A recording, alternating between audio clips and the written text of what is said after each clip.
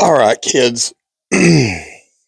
I've been trying to take in all the information that I can um, about this Venezuela shit, and I'm just trying to just stick with the facts, man. Like that's kind of my thing going into 26. Like, what are the actual facts of a given story?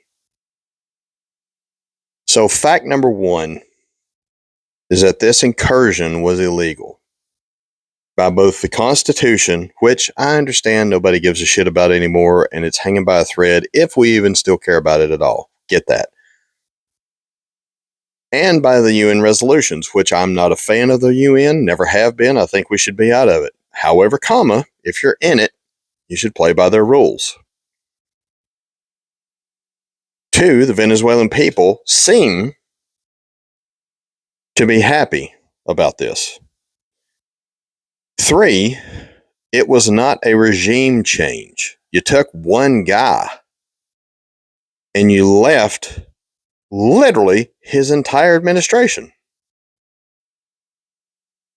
So I'm not altogether certain what the point of that was. I don't know if it was just to do a quick strike and pat ourselves on the back. I'm not sure. Four, you will never hear me, I hope never, criticize our military. These are my people. They're just doing what they're told, right?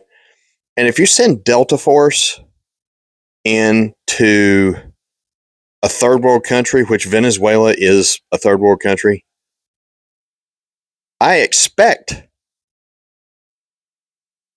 that you nab whoever you want to nab, blow up whatever you want to blow up in record time. Like, that's the fucking standard. These are the baddest people on the planet. So, yeah, I wasn't surprised once I found out that's who they sent. Yeah, you should go in and mop the floor with them. Oh, five, this was never about drugs, fentanyl, anything. It was about oil. It's about the petrodollar. It's about our oil reserves being dry.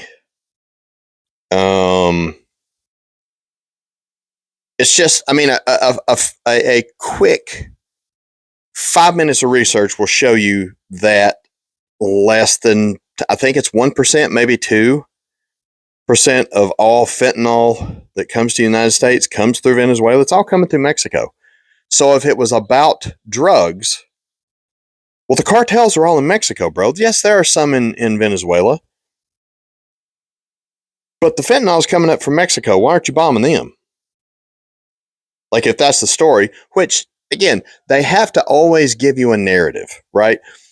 But saying that the fentanyl crisis is a national security issue is fucking horseshit. Like, they're not even trying to hide it anymore. Right? They're just out in the open. We're going to come, we're going to bully you. We're going to come punch you in the mouth and take your fucking lunch money. Literally what just happened. Also, this was about Russia. Also, this was about China, who do business in Venezuela. I think they snagged a former Russian flagged tanker the other day. They switched flags because to get around sanctions, and it's a whole thing, right?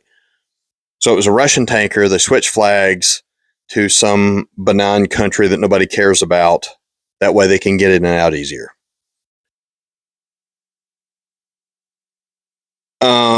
Six, the people in Venezuela are still going to be under the same, like I said, he left everybody in charge. So it's going to turn into a military state if it's not already.